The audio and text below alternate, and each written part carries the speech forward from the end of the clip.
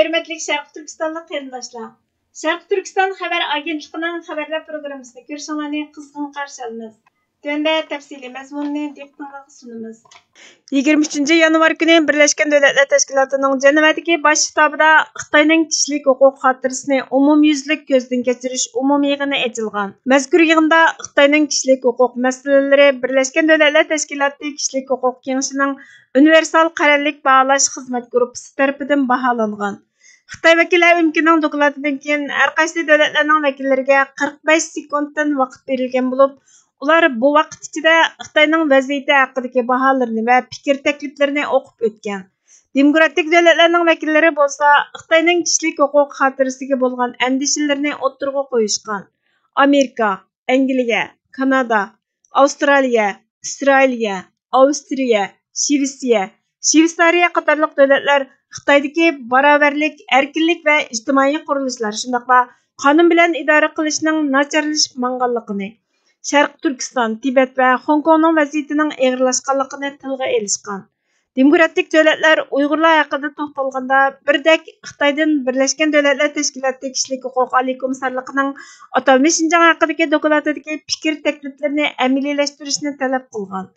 Bo'libmi Amerikaning vakili Xitoyga nihoyatda keskin talablarni qo'ygan bo'lib, u Xitoyga 8 tur bo'yicha fikr sungan. Uningda Xitoy hukumatining Uyg'urlarga qaratayotgan irqiy qirg'inchiligi va insoniyatga qarshi jinoyatining hali ham davomlashayotganligi yana bir qatim ta'kidlangan.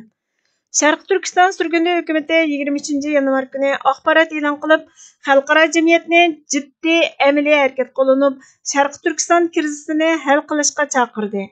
Axborotda mundaq deyildi. Sharq Turkiston surgunda hukumati xalqaro jamiyatning ishg'ol qilingan Sharq Turkistondagi kishilik huquq dafsanchiligidan andishlanganligi va uningga aloqador tavsiyalaridan xabardor bo'ldi. Ammo Sharq Turkiston surgunda hukumati bu haqda so'zlashish va tavsiyalarning vaqtining o'tganligini ta'kidlaydi. Bu yerda Xitoyning Sharq Turkistonni ishg'ol qilishi va mustamlikasining bevosita natijasi bo'lgan irqiy qirg'inchilik va insoniyatga qarshi jinoyatini to'xtatish uchun darhol amaliy harakatga o'tishga jiddiy ehtiyoj bor.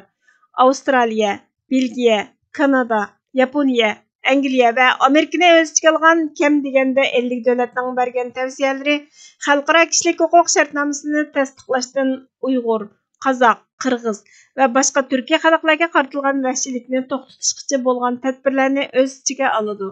Bu tavsiyalar dunyoning bu ahvollarga qarata tunishining oshqonligini bildirsimi, Xitoyning vahshiyligining ko'lami va jiddiyatiga qarshi turishni nazarga olganda g'oyat zo'r darajada yetarsiz.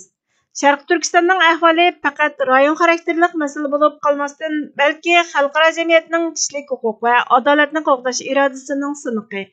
Sharq Turkiston surgunda hukumatining Cumhur raisi Mamnun A'lo irqiy qirg'inchilik yurgizayotgan bir davlatga faqat tavsiya qilishlar yetarli bo'lmaydi.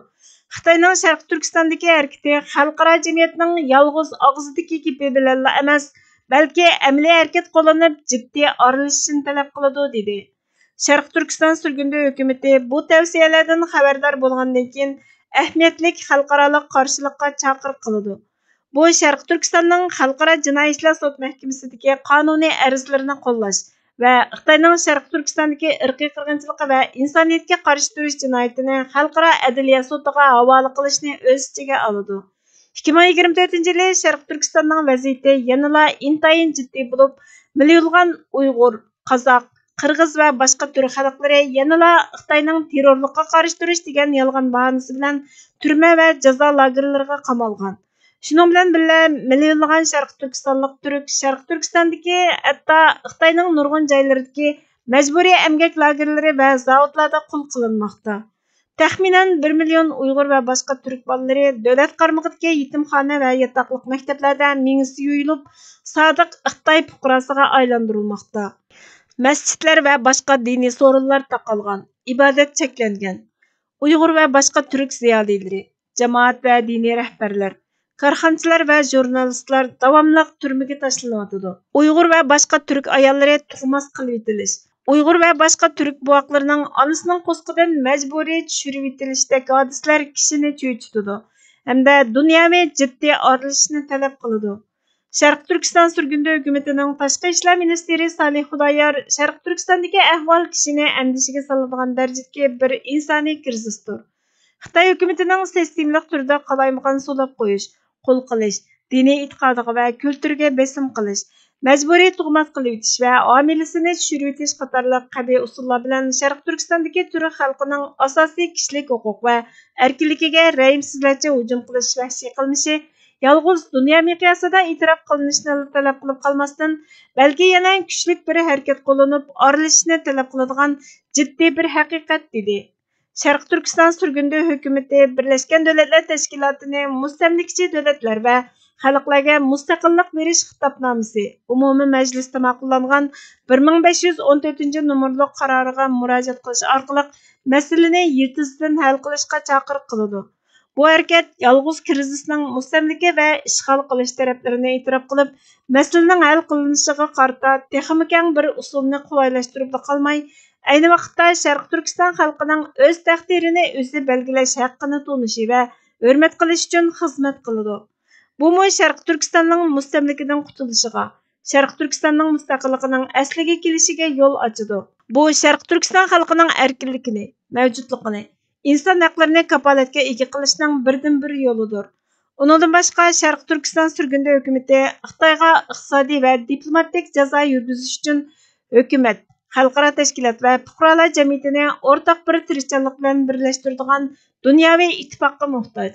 Bu ittifoq Xitoy Sharq Turkistonga bo'lgan mustamlika, ishg'ol va irqiy qirg'inchilik harakatini oxirlashtirguncha Sharq Turkiston, Tibet, Janubiy Mongoliya qatorliq qo'shni davlatlarning haq huquqiga hurmat qilguncha Xitoyni diplomatik cheklash, ayirib etishi lozim. Sharq Turkiston surgundi hukumati xalqaro jamiyatga diplomatik tavsiyalardan halqagan holda Xitoyga qarshi unumli diplomatik va iqtisodiy besim, jazo va qonuniy harakat qo'llanishga chaqirdi. Bu xil usul ishg'oliyat ostidagi Sharq Turkistondagi turk xalqlari uchun emas, Tibet, Janubiy Mongoliya, Hong Kong va Xitoyning o'zida ezilganlar uchun intayin muhim. Sharq Turkiston surgundi hukumati qat'iy va konkret harakatlar orqali xalqaro jamiyatning Xitoyning kishilik huquq amaliyotida o'zgarish paydo qilib, bexatarlikka kapolatlik qila oladiganligiga ishonadi deyildi. Zolimning ishi darvaqa zulm selish, mustamlikachining ishimi o'xshashla xohlaganini qilish. Ammo mazlumlarning asorat ostidagilarning ishi-chu. Agar javobimiz qat'iy holda zulmga bosh egmaslik, barliq aqliy, moddiy va ma'naviy kuchni tajovuzchiga qarshi xizmat qildirib, mustaqil bo'lishga urinish bo'lganida, biz bu ishimizni haqiqatan angliq ravishda mas'uliyatchanlik bilan qilib ketyapmiz yoki kun tartibga nima bozorlik bo'lsa, shuningga beqib davrang selishni, angsizlarcha sho'rvozlikni umumlashtirib, o'z-o'zimizni tasalli topqizilgan ishlar bilan kun o'tkazishga ko'nikib ketyapmiz. Mana bular o'zini Sharq Turkistonlik hisoblaydigan har bir aql egisi uchun o'z-o'zidan so'rab ko'rish kerak bo'lgan savolga aylanib qoldi. Xuddi Hazrati Umarning hisobga tortilishdan avval o'zinglardan hisob olg'aysizlar deb ko'rsatgandek, agar biz o'zimiz va ichki dunyomiz haqidagi hisob kitobimizni joyida qilib turib, ichki g'alda g'ashtinlarimizni pokizlab, ichki quvvat zapsimizni kuchaytirishga sal qaramagan asosda tashqi dushmanga qarshi sistemli qadam olishni o'rganmaydiganmiz. Shundaqla etilgan har chalmaga tosh etib javob qaytarish o'yiniga g'arq bo'lishdan to'xtab, masalaning manbasiga, yiltiziga chora qilish kerakligiga qaror olmaydiganmiz.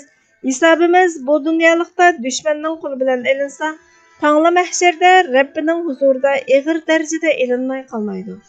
Chunki mas'uliyatsizligimizning Tangri oldidagi javobgarligi va surishtisning nima uchun zafar quchmaganligimizdan ko'ra safarimizni qandoq bosganligimiz va haq yo'l ustidagi urinishimizning samimiy bo'lgan yoki bo'lmaganligi, haqiqat asosida bo'lgan yoki bo'lmaganligi xususida bo'ladiganligi shubhisiz. Bu nuqtadan g'ofilligimizning vabolini dushmanning qo'lida tortishdan avval g'aflatni cho'rib tashlashimiz kerak bo'lganidek, o'yg'ongan siyoqqa kirib olgan quruqchilikning bugungi rabboniyligi va kelgusi falokatlari ustida jiddiy tarzda o'ylanmoqimiz hamda haqiqiy ma'noda kelgusimizga qaratib qo'yilgan pistirmalarga qarshi o'yg'oqlik ro'yimizni kuchaytirishimiz, jumladan ulug' ajdodimiz To'g'onxon misoli tajovuzchilarni tarmor qilmoqcha jon taslim qilmaslik ro'yidan astoydil o'rganishimiz har bir mas'uliyatdor aql egisi uchun tarixiy zaruriyat va milliy burch bo'lib turibdi. Burhan Muhammadning Chirik ruh va quruqchi zihniyat nomli maqolasidan elindi.